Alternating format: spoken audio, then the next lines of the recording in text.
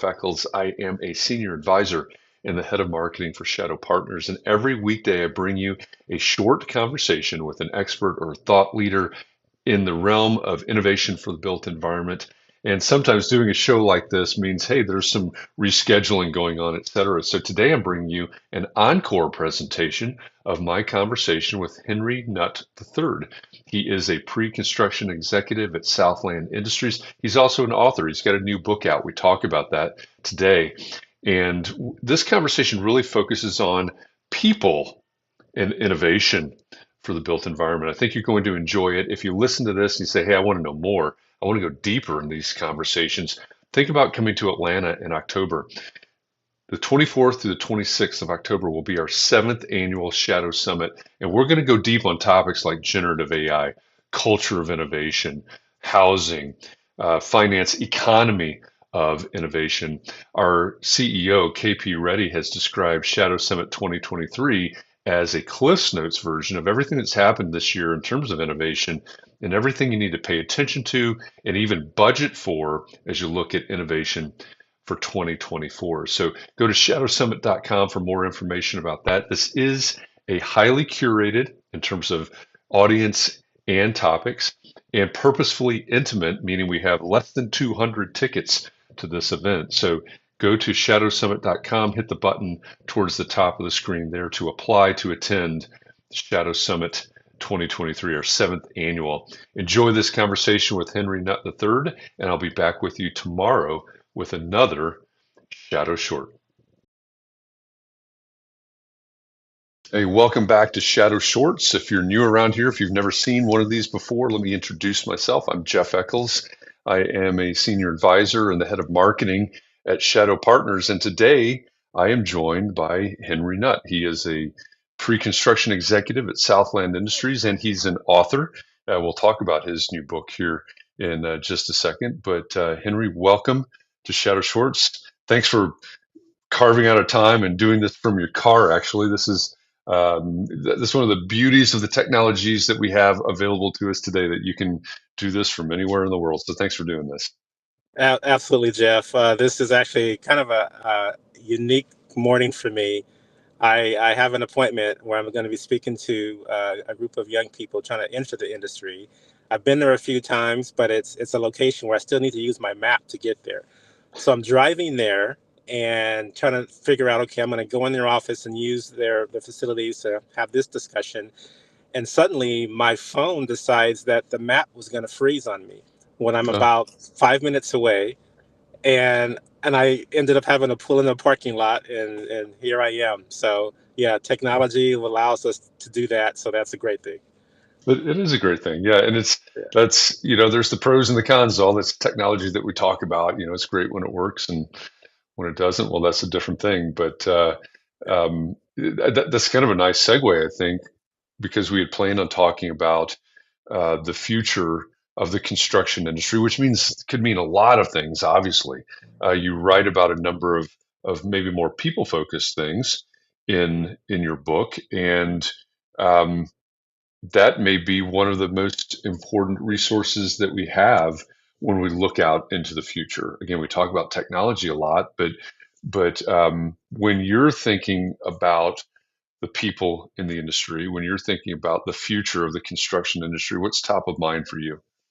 Yeah, that's a great question, Jeff. And for me, it's really about the health, the mental well-being, the psychological safety of the people entering the industry. It's the new folks that maybe didn't come up the way that I did in regards to having a dad that showed you the ropes and or came from the industry and can kind of you just kind of adapt, or you were doing it as a kid. So it's easy just to kind of get in the groove of it, and you don't necessarily have that type of training and development going on with younger people, and it's been a tough industry. And so how do we make sure that the people who are coming in are ready, that actually they want to do it? As you think the stigma that lies on construction in regards to it's just for the tough guys, and the boys don't cry and all that kind of mentality. And when we recognize, we really look at the statistics that exist in our industry with the suicide rates, the lack of care, and also the substance abuse that exists within our industry. it's not healthy. And so those are some very important topics that we have to address. We have to re-image the industry, and really, what does it look like for people? Why should they even want to enter it? It's cool, it's fun, it looks exciting, being on these buildings and doing these things and working on large equipment and bringing in these huge components and all that, but at the same time, we haven't done well with how we take care of the people that are on the ground doing the jobs. And so there's a lot of folks around doing that, having those conversations now. And that's really my focus. I've done a lot with lean construction. I'm the current chair of LCI, but what I emphasize my time with is that respect for people, which is one of our tenets for LCI. And what does that look like? What does that genuinely look like? And as a superintendent for 12 years at Southland, I got a chance to really execute in that fashion, where I worked for, working for a company that really does put people first, and having the opportunity to not only think about the time, the productivity, the physical safety, the performance on the projects, but actually the people and how they're doing, and making sure they show up to work, ready to work, and giving their full selves to the job because they're not preoccupied with all these other things. And so we just haven't made space for that as an industry, for conversations that do that check in with people. And I put my mindset to that's where I want to put my energy towards, and really think about how do we make sure that when people show up to work, that in this industry specifically, that they can come uh, with an understanding that if their day is not going well, if there's issues happening that will affect their job, their safety, that they can talk about that, and they won't be punished or penalized or ostracized, or blackballed, and all the things that unfortunately we've done for ages. So those are the things that are important to me, and I think that's the contribution that I made with my book, and just what we do as a company, and to be able to have people you work with that operate that way really gives you the confidence and security, to say, yeah, this is okay to do. So when I think about that, and I hear you saying that, and I think there are probably a lot of companies out there, and you may agree or not with this, but that are at least giving lip service to this.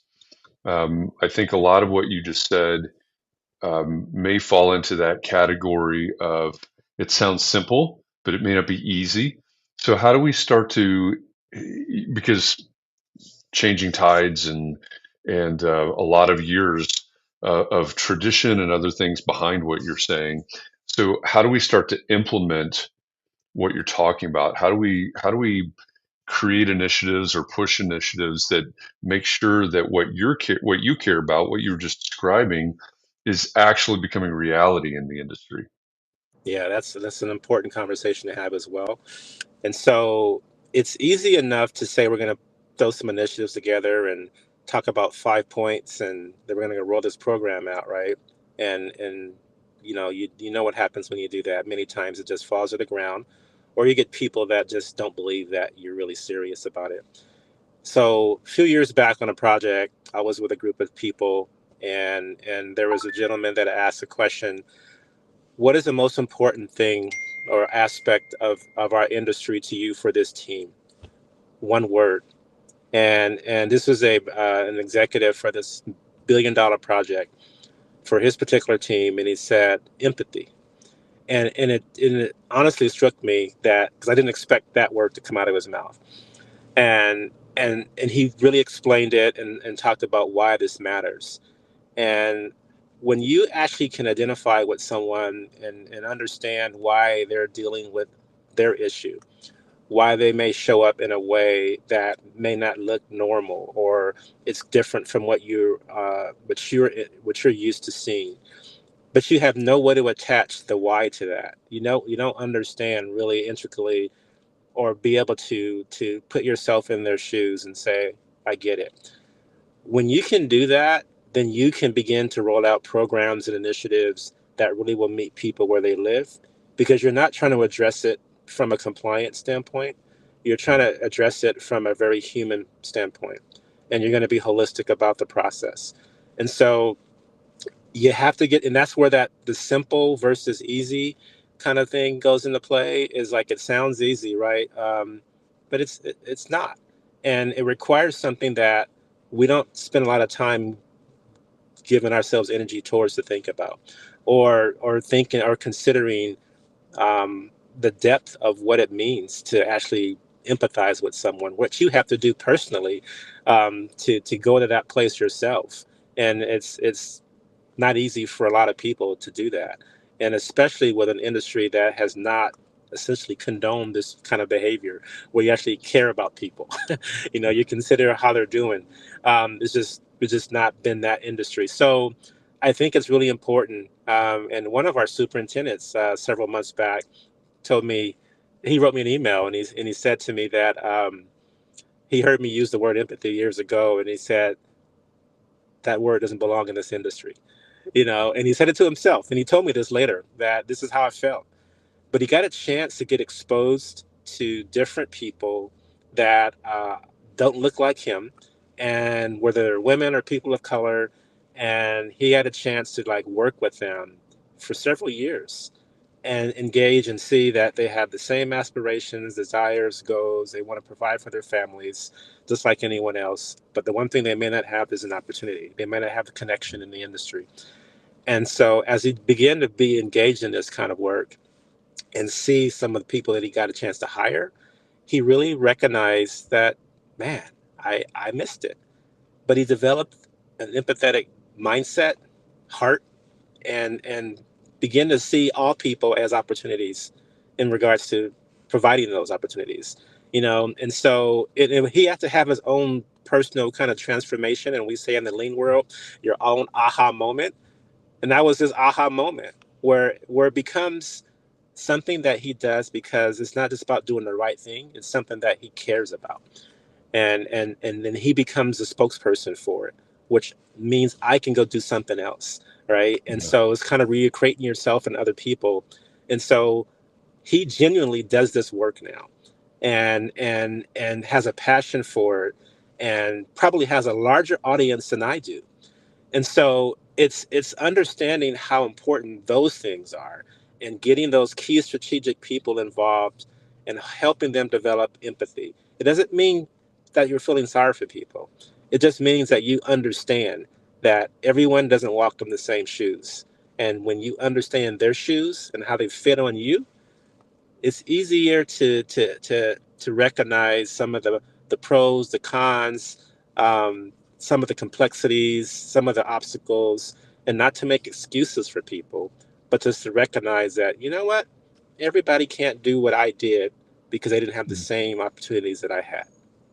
Yeah, yeah. That's to me that's intriguing because we talk a lot about change and innovation here at Shadow Shorts and in this environment of venture capital and investing in innovation for the built environment. And I think part of what you're talking about is actually quite innovative, but it's coming from a completely different direction than we would think of as a SaaS software or a robot in construction or something like that. Um, so I appreciate you bringing that perspective. Do you see it as innovative in any way? I do, and I had someone that shared that with me several years ago, and just used that word, that this is Yeah, innovative thinking. And when yeah, we think about change in this industry, the revolutionary changes that have happened in this industry in regards to technology, processes, um, innovation with lean construction and prefab and modularization and all those things that we do, that it's easy to coin the phrase or the term that it's innovative. But we think about people. We think about how we engage with people and how we have to transform how we do that. It's an innovation. And if people would understand it to that level, they'd recognize that, hey, I want to be better. I want to provide an end product that is competitively put together. I want to have great productivity numbers on my job. I want to meet my deadlines. I want to do my job safer. All those things are factored into this kind of innovation and this innovative thinking, which is how we engage people and how we train our leadership to be more deliberate in regards to how we deliver that, how we engage those folks, and we can't use the same old styles of thinking and terminology and ideas. And it's change, it's transformation, it's innovation. And so it's absolutely that. And that's how I coin it and talk with people about it, to kind of help. Sometimes it's speaking the language that people understand, Hmm. and not getting the kind of deer in the headlights. And when you say something like DEI or something like that, people get afraid and they start wondering, where's he going to go with this conversation? Is it a black and white thing? And so sometimes it is just that, but many times it's not. And so it's a matter of how you engage in the conversation in order to have the greatest impact. And you got to know your audience. You got to know who you're talking to, and what their proclivities are, what their concerns may be, where they go when you use words that may trigger them. And knowing that if I want to be effective, if my objective is to really try to accomplish something, then I need to figure out the best way to convey the message. And innovation is key to that process. Yeah, yeah, I think you're exactly right on that. Um, Henry, thanks so much for this conversation today. It's a shadow short, so we have to keep it short, but this is one that we could probably carry on for a few hours if we both had the time. Tell us the name of your book and where we can get it. All right, thank you. Yeah, it's been great, Jeff. Appreciate it. So my book, it's called Seven Principles: Creating Success, Creating Your Success in the Construction Industry. You can find it on Amazon. You can also find it on my website at hgn3partners. .com. And it's a great little handbook. It's only about 87 pages, but it's designed for folks who maybe not like to read. And it'll hopefully intrigue you and help the younger folks understand how to create their own pathway, and hopefully some of the legacy folks to understand how to communicate more effectively to those people entering our industry. Great, great. I love it. So go pick up Henry's book at Amazon, work through it, and see what innovation you can make in the realm of the way that you deal with people and the way that you see yourself in the profession or in the industry. Henry, thanks again so much for doing this. To all of you out there that watch this either live or in some time shifted manner, thank you for this. We'll be back tomorrow for another Shadow Short. And until then, I hope you have a great day. Thanks, everybody.